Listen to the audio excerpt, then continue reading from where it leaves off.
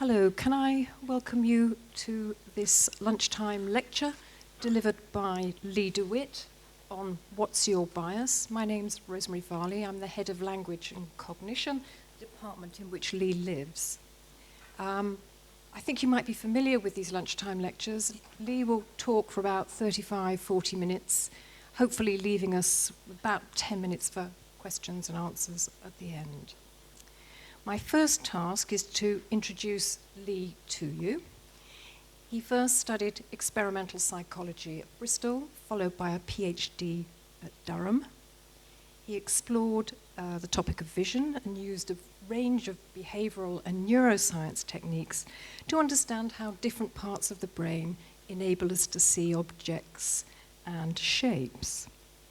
In the course of his research, Lee studied a number of different clinical populations and became more and more interested in understanding how differences in the brain means that we sometimes see things differently. As this research developed, Lee realized that this approach of understanding individual difference could be extremely valuable in trying to understand the polarization of views and opinions seen in politics. It's probably not the case that liberals and conservatives literally see the world differently. But from individual differences in sensitivity to threats, moral values, and personalities, there do seem to be psychological underpinnings to our political disagreements. Lee has recently set up a third-year module in the psychology of politics at UCL to encourage more students to study and understand these differences. He's currently researching some of the differences in moral values and cognitive biases that seem to influence our views on controversial topics such as immigration and the fairness of market capitalism. Lee is also working on an analysis of the personality profile of different Brexit voters. We're looking forward to those results. And exploring how individual differences in political knowledge rate to the confidence with which we make political decisions and engage in the political process. Lee's talk today builds on his recent book. There seems to be 2 copies of this already in the room and one up on the screen, so we seem to be disappearing into a marketing opportunity. The talk will touch on some of Lee's research, but the main focus will be on the wider field of how political psychology, in order to give you an insight into how psychological research can help us understand political conflicts. So with great pleasure, I introduce Lee De-Wit.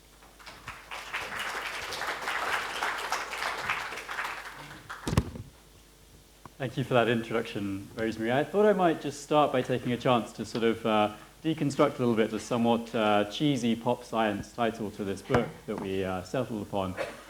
And the surprising science of why we vote the way we do, I mean, I think part of my insight as a psychologist, even from studying my bachelor's, was that sometimes we behave in ways that we don't necessarily know the causes of. Sometimes we're not aware of some of the reasons why we behave the way in which we do. And I think that's a general lesson from psychology, but I think it's particularly pertinent with regards to some of the differences that shape how we vote. And the surprising science of this, I think increasingly, that there has been work on sort of individual differences trying to understand some of the differences of people on the left or the right since the 50s. But I think particularly in the last sort of 15 years or so, there's been really quite an advance in our attempt to understand some of the individual differences that relate to why people seem to vote differently. And when I give this talk, sometimes I try and cover sort of all of the chapters in my book. Today I'm just going to talk about the first 2 and go into those in a little bit more detail. But the book tries to cover a range of ways in which our psychology shapes and influences the way in which we make political decisions. The introduction to the book is called The Political Animal. And I use the name of that chapter because I think it's important to sort of have this starting point for recognizing that the way which we approach politics is very much shaped by the type of animal that we are, particularly the type of animal that we have evolved to be. I also focus on this because I think it's one of the most surprising bits of the science, in the sense that one of the conclusions from this area that we seem to be quite confident about seems to be one that a lot of people don't assume to be true. So I want to start out with this sort of provocative question. Do you think that genes influence how you vote? I just want you to mull that over for a second. And try and pick an answer in your mind. Try and definitively, as if you're at a ballot box and you have to pick one side or the other, sort of make your vote. Do you think yes or no that genes can influence how you vote?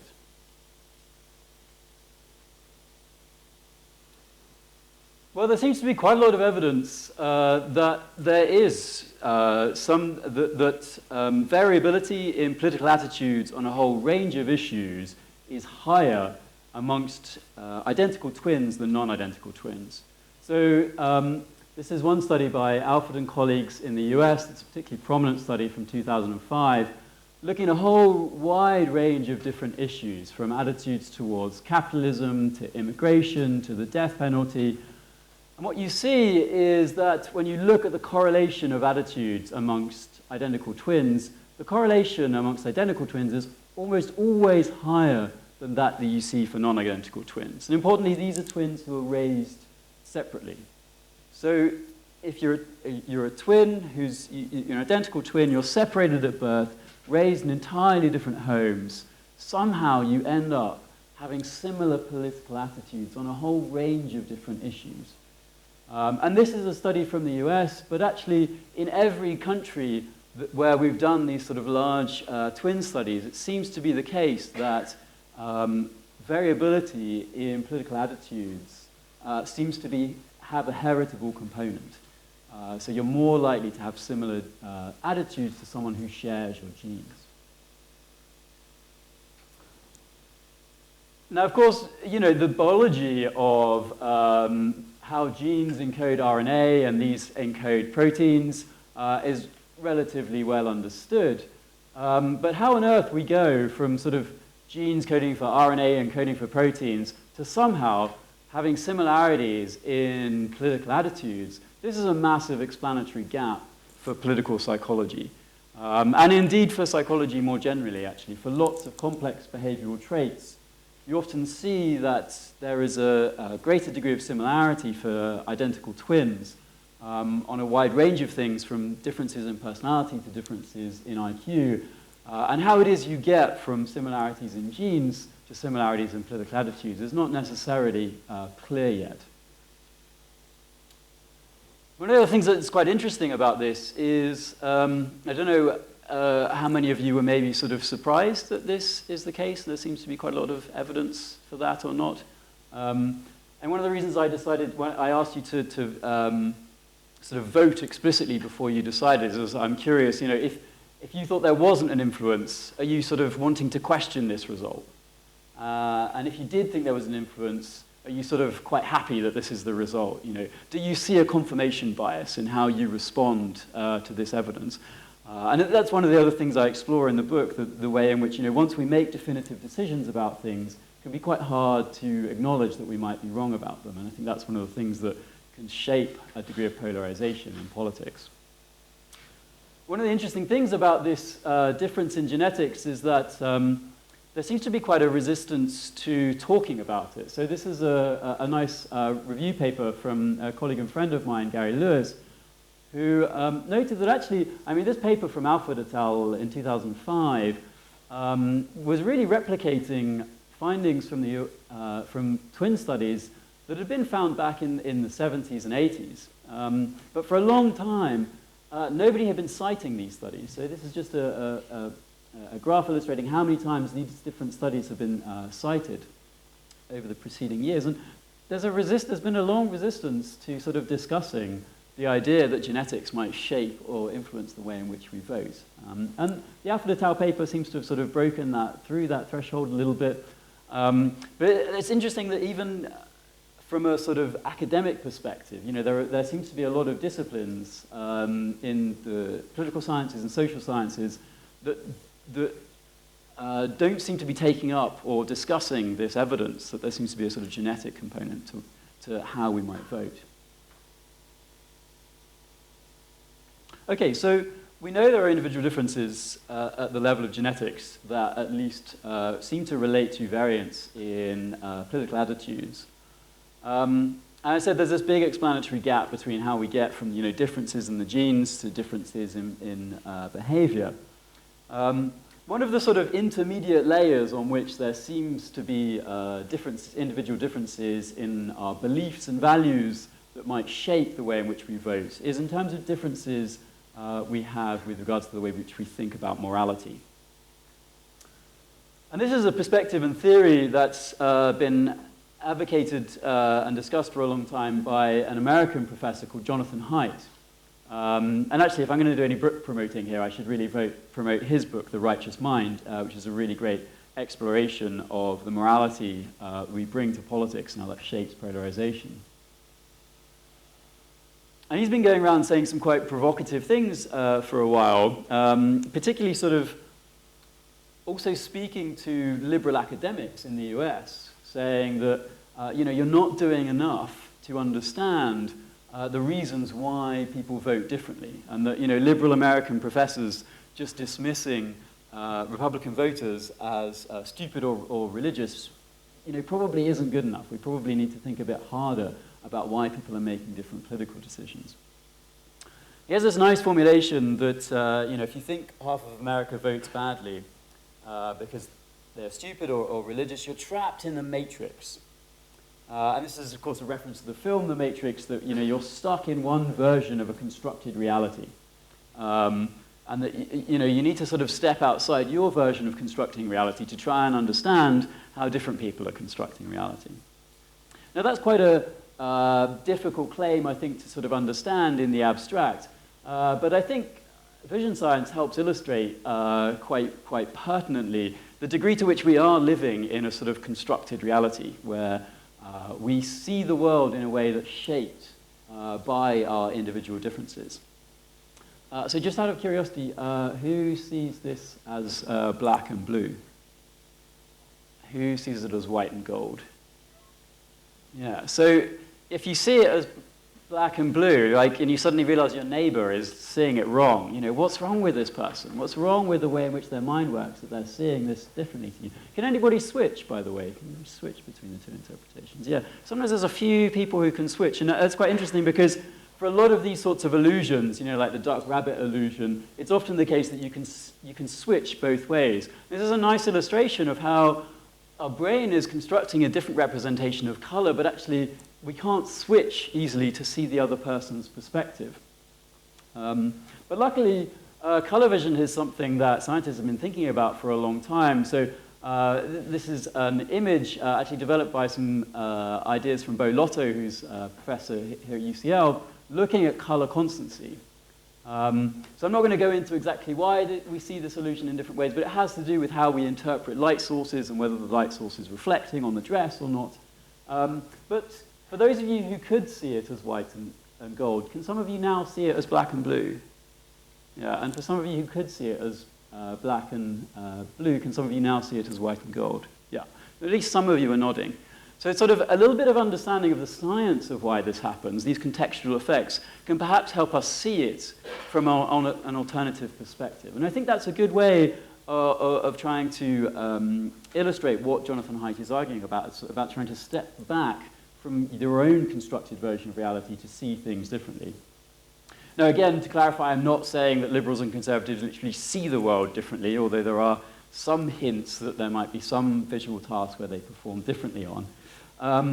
But Jonathan Haidt has argued that we come to the world sort of pre-prepared to think about and reason about morality.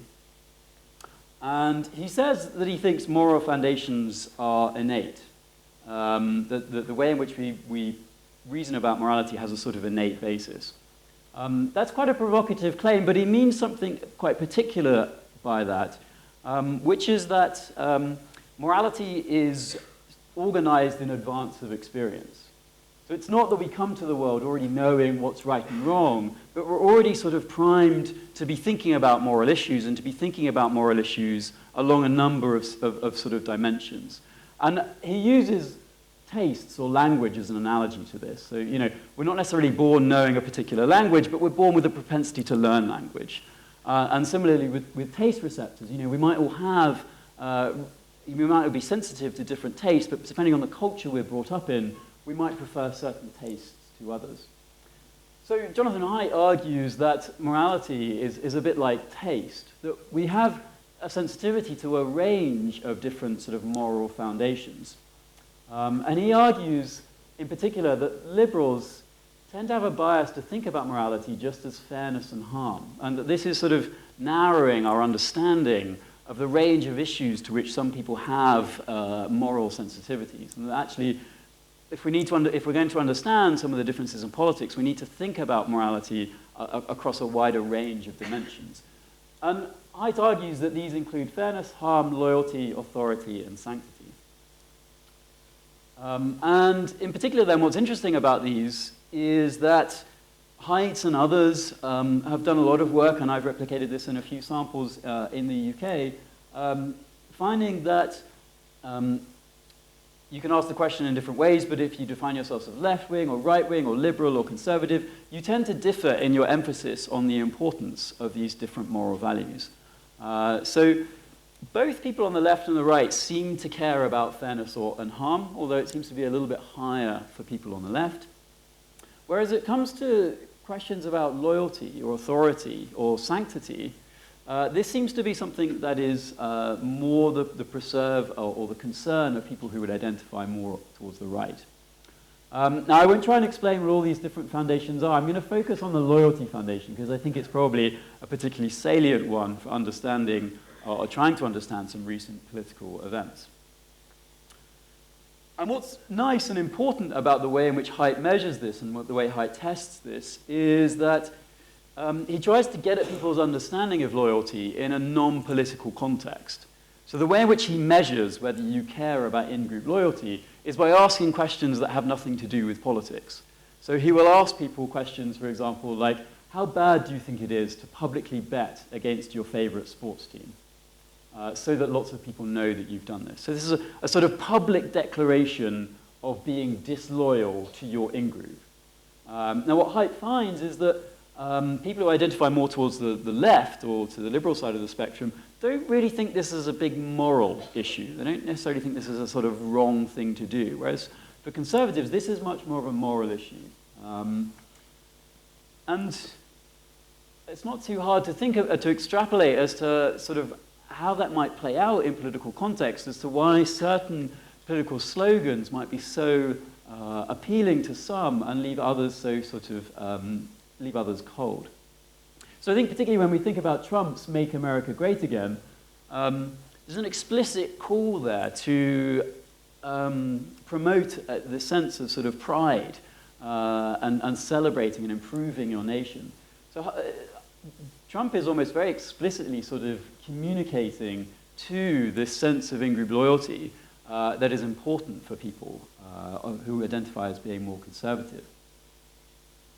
And you can contrast that with Hillary Clinton referred to Trump's supporters during the presidential campaign as a basket of deplorables.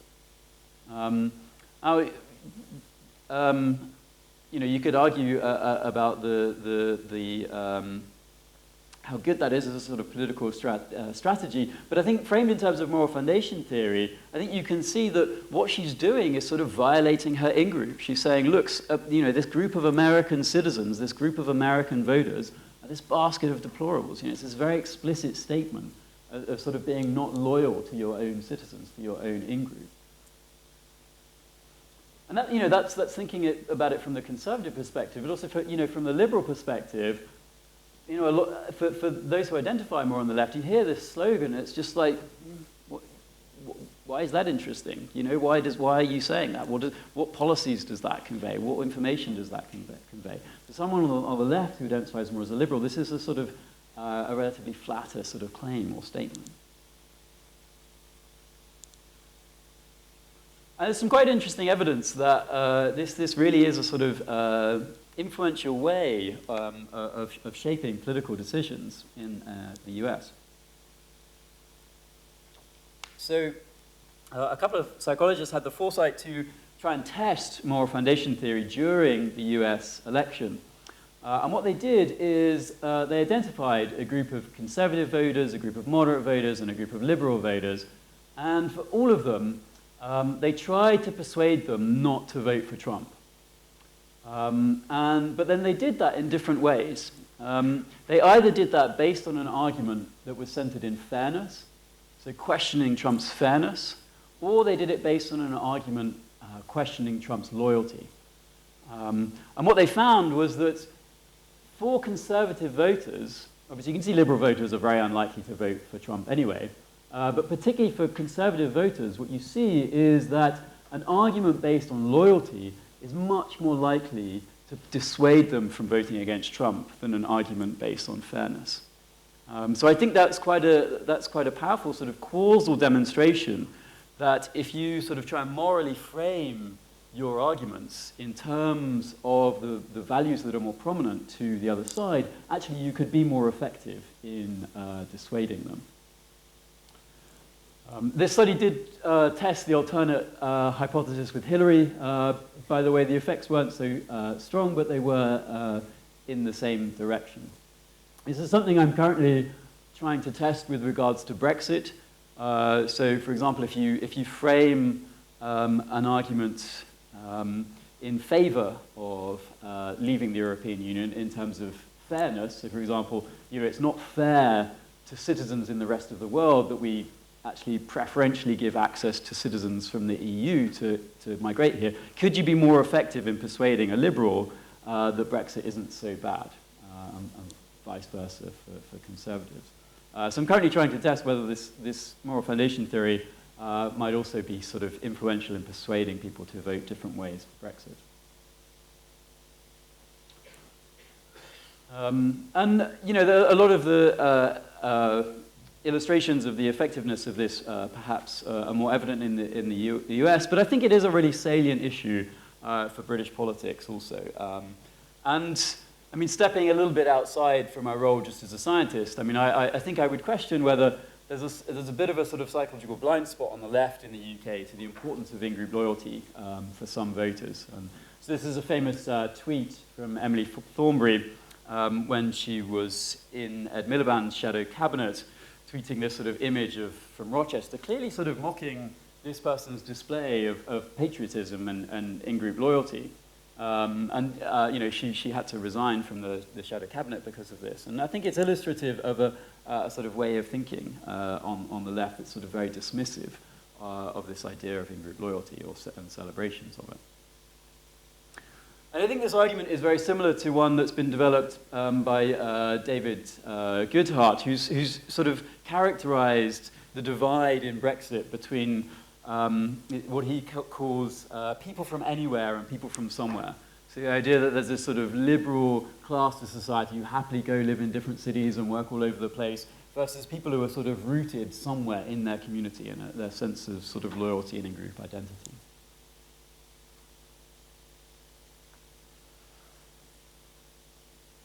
Okay, so I think maybe that can give us a little bit of insight already into some of the differences that shape how people vote on the left and the right.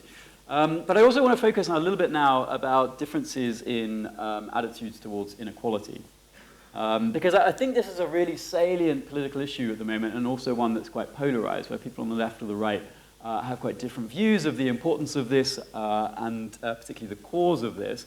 And I highlight this also because I really like Haidt's moral foundation theory, but I don't think it's something that Haidt's moral foundation theory really explains. I think we need to dig a little deeper to find why inequality is sort of, for Barack Obama, is the defining challenge of our time. Whereas for voters on the right or more conservative, often this isn't seen as such a salient issue. Paul Bloom, who's a psychologist at Harvard, recently wrote a review paper looking at the way in which people evaluate and make decisions about inequality and unfairness. And he comes to a conclusion, reviewing a wide range of experimental evidence, that actually, people don't care about, what he argues in this paper is that people don't care about equality per se, they really care about proportionality. So to make this very intuitive, if you leave your kids at home and you tell them, I'll give you £10 each when I get home if you tidy up, and then you come back home and you find that one of them's just been lounging around in the living room and one of them's actually done all the work and cleaned the house, you're clearly going to feel it's unfair to give them both £10, even though that would be the equal thing to do. So Paul Bloom's argument with other colleagues is that actually, when you look carefully at the experimental evidence, we really seem to value proportionality, not simply equal outcomes. And this certainly seems consistent with polling data in the US that seems to suggest that the people on the left and the right have different attitudes towards the causes behind wealth and poverty. So this is some data from the Pew Research Center where they ask people why do they think someone's rich or why do they think someone is poor. And it's one of the questions that really strongly pulls apart Democrats and Republicans. So you see that if you are a Republican or you lean towards a Republican, you're much likely to think that someone is rich because they worked harder. Whereas if you're a Democrat, you're much more likely to think it's because they've had advantages in life. And the sort of reverse pattern is evident for why someone is poor. So leaning Republicans, if you lean Republican, you tend to think this is more due to a lack of effort. If you lean Democrat, you're more likely to think this is due to sort of circumstances beyond your control. And this seems to be something that is growing stronger over time. And there are different potential explanations for this, and one of them that John Jost would probably argue is what he's called system justification theory. The people on the right, for other reasons, are just sort of are motivated to justify the system that they're in. So that if there is inequality, it must be sort of justified in some way, so they construct arguments to justify it. I think that probably has some role to play here, but something I've been thinking about a lot is whether there's a more sort of underlying bias to see things more contextually or more individually, depending upon whether you identify as more on the left or the right. And actually, I think this is something that Barack Obama has articulated really quite explicitly. If you've been successful, you didn't get there on your own. You didn't get there on your own. I'm always struck by people who think, well, it must be because I was just so smart. There are a lot of smart people out there. It must be because I worked harder than everybody else. Let me tell you something. There are a whole bunch of hard-working people out there.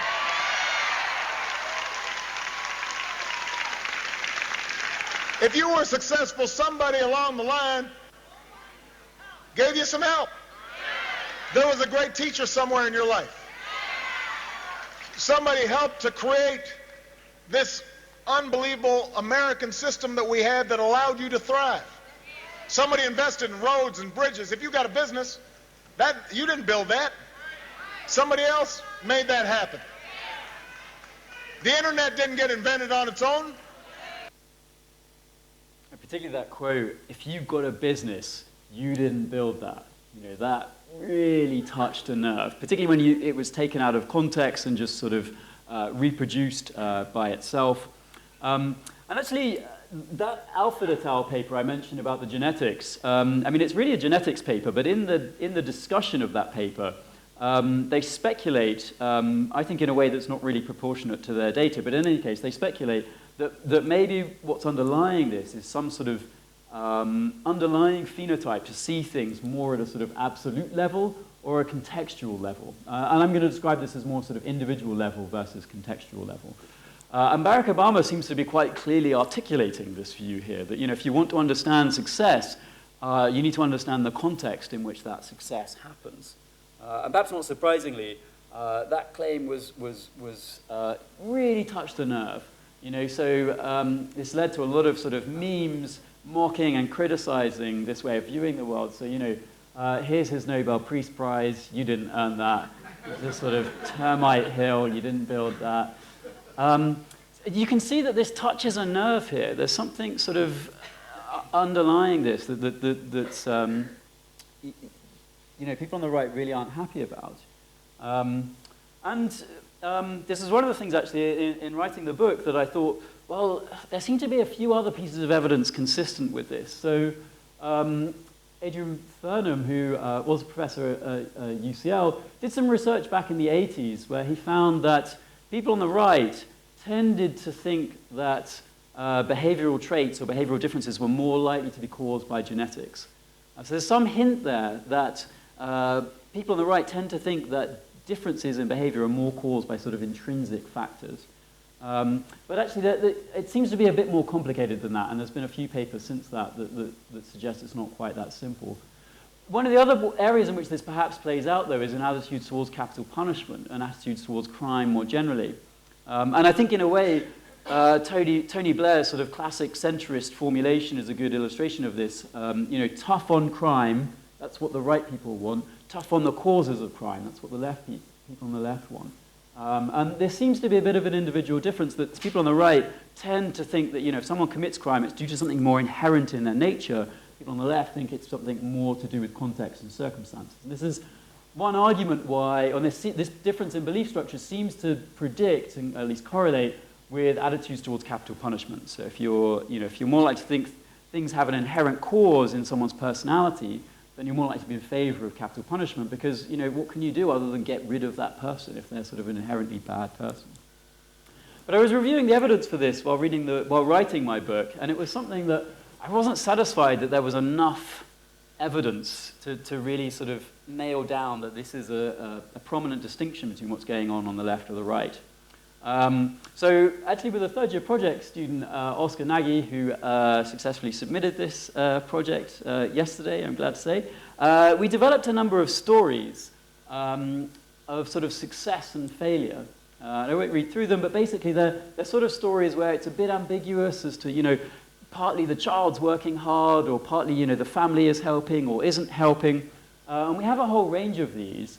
And then we ask people, to what extent do you attribute the character's success or failure primarily to their own effort, diligence or intelligence, or primarily to sort of upbringing, schooling, or opportunities? So obviously we're not describing it in that way, but basically this is the sort of individual, absolutist side, this is the sort of contextual side. And we found quite a striking correlation between these things. If you work in the social sciences, finding a correlation of 0.5 is something you'd be quite happy with. So this is quite a big correlation between these things. So if you look at how left or right wing someone is, this correlates with their answers to these stories as to whether it's due to the diligence of the individual or due to the sort of upbringing or circumstances at 0.5. Although I should highlight this is quite a limited sample so far with only 100 participants and only people who are from sort of Western democracies. But that's something I hope to replicate again over the summer and find some more evidence for this. Okay, so just to quickly recap, psychology can help us understand that there are individual differences that shape the way in which we might process and understand the world. And particularly a prominent one here is thinking about individual differences in moral foundations. So whether it's fairness, harm, in-group loyalty, purity, or authority, these things seem to differ across the political spectrum. And this can maybe help us give some insight into why political slogans like Make America Great Again might be salient and appealing for some people and not for others. And perhaps why, on the left in the UK, there seems to be a definite sort of antagonism with a degree of sort of patriotism or in-group loyalty on the right.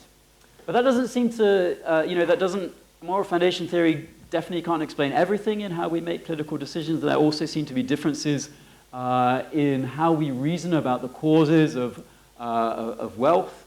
And whilst Paul Bloom might be right that we care about proportionality, that we care about whether allocating wealth to different people is based on sort of their efforts, liberals and conservatives seem to differ on their interpretation of the causes of that. So, liberals are more likely to think that the context has been more important, and conservatives are more likely to think that individual effort seems to be more important. Although, as I highlight, that's definitely something that requires further research. Okay, so I'll finish there.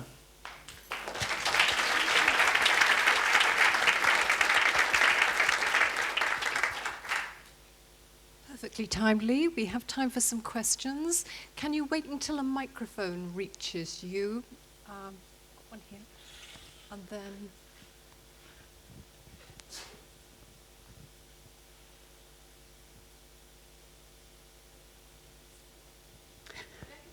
No, this gentleman first, and then... Do you see any connection between the explanations that you've given as connected to the Nobel work of David Kahneman? Yeah, so, I mean, more broadly, he's sort of very well recognized for this idea of, you know, this distinction between system one and system two ways of thinking, that sometimes our responses to things are not based on a sort of reflective, conscious decision-making process, but that sometimes we go with more sort of intuitive gut responses to things, that we don't necessarily know where those gut responses come from. Certainly that's a way of thinking about this that Jonathan Haidt articulates. He uses a slightly different metaphor, actually. Jonathan Haidt talks about the elephant and the rider. And he has this idea that, you know, when we make certain moral decisions, what first happens is we have this intuitive gut response of sort of I like or don't like that, or I agree or I don't disagree with that. Basically, our elephant stomps off in one direction. And then our conscious rational mind, the rider, is then sort of left trying to explain to itself why it's running off in this direction. So Haidt has some really nice examples, actually, of where when you ask people's moral judgment on certain things, they can be very sure of their judgment, but then if you ask them why, actually you can see that the answers they give for why are somewhat unconnected and don't actually explain the difference in their decision-making.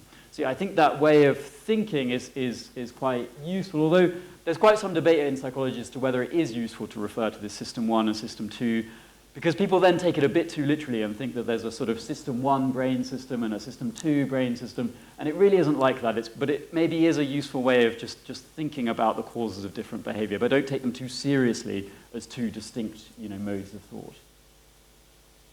I think it's a very similar question I'm going to have, which is you talk a lot about the differences, but you don't really touch about the causes. And do you think there are any like neurobiological causes inherent, given that that's linking to the genetic hypothesis as well? Yeah, so for example, this system justification theory. So actually there was some work from UCL a couple of years ago showing that liberals and conservatives seem to have a slightly different sized amygdala. So this is an area in the brain important in sort of processing of emotions, particularly in sort of threat sensitivity. And actually there seems to be quite a bit of evidence that conservatives seem to have a higher sensitivity to threat. One of the interesting pieces of evidence for this recently is that particularly social conservatives seem to be more likely to believe fake news if it's fake news about threats. There seems to be this difference. So this finding was originally published by Kanai et al. At the Institute of Cognitive Neuroscience.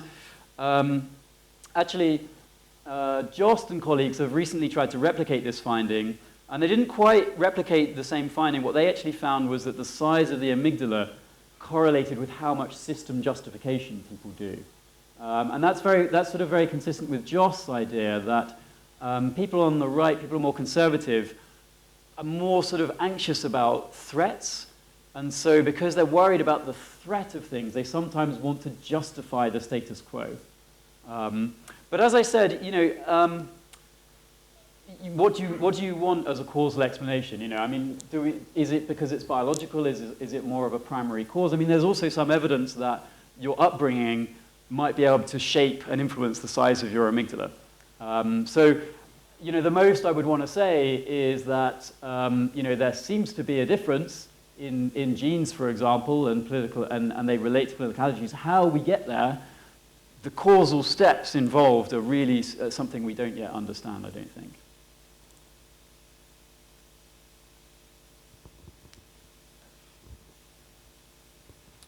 Thank you very much for your talk. I just have a question. You talk about in-group loyalty, and you seem to be, correct me if I'm wrong, associating that with the axis of liberal-conservative. And you use the example of the Make America Great Again versus the Clinton basket of deplorables. But are those two examples not both demonstrations of in-group loyalty? In-group loyalty, so the basket of deplorables is very, very much an example of kind of separating or othering a group of people, the basket of deplorables, in the same way, Make America Great Again. So is it actually more complicated than that? And could you speak to that? Thank you. Yeah, no, I definitely agree with that, and it's definitely not that these are sort of all or nothing differences. So that's not like if you're on the left, you have no sensitivity to in-group loyalty. And definitely there's tribalism on the left and there's tribalism on the right. And this statement of this basket of deplorables, yeah, I think you're probably right that it is a sort of signal of in-group loyalty to the left, saying, let's look down on these sort of other people. I think the point I wanted to make is that I think, well, at least something that people like George Lakoff and Jonathan Haidt argue about what's going on in American politics is that the left in particular is particularly bad at using the moral values that are important to the right to appeal to the right. Sometimes they might do this in a way that appeals to the left, but they're particularly bad at doing it in a way that appeals to the right. Gosh, quite loud. Thank you very much for the talk. I'm actually doing some work on this, but I guess from the other side. So I work in sort of political theory, political philosophy, but trying to incorporate insights in political psychology across. And I do find the work of Haidt et al. Quite interesting. I was wondering if from the literature and also your own views, what sort of prescriptions we take from this going forward. Because, one way of reading this sort of research is, well, these people have these sort of fundamental values, let's say 6 of them, and let's say we only have 3 of them. Therefore, I mean, that tells us something about, well, if we want to win them over tactically, we may need to frame our messages a different way. And I don't understand how Haidt sort of comes to it with his sort of background in political consultancy and things. But in terms of taking a step back and thinking, how should we, proceed as Democrats, let's say, that I'm not sure that sort of tactically how we can just get them on side by reframing arguments has as much sort of principled appeal. I mean, I don't know what your perspective or you think in the literature, what sort of views come from this. Yeah, thank you. I mean, I think this idea that an argument based on loyalty could have been more effective in dissuading people from voting Trump. I mean, I just want to use this as causal evidence that this theory is a sort of useful theory. I don't want to I'm not trying to promote that one side you should use this to win political arguments. I think as a citizen more generally, I think what really concerns me is also this sort of this us and them sort of mentality that causes us to see things one way or another, and then makes it very hard to then take the other's perspective. So if I have a sort of ulterior motive in this, it's that I'd like people on different parts of the political spectrum to think more about the perspective the other side is taking, so that we can sort of communicate better with each other and perhaps reach better compromises. We have time for one more short question and short answer. I'll try to be very brief. I suppose a philosopher, can you hear me? Yes? Might want to question the epistemological foundation of your study, of your analysis, I should say. Because it seems to me that from the basket of deplorable concepts you presented, did I say basket of deplorable concepts? Yes, I did. For example, there seems to be a lack of semantic clarity and logical consistency.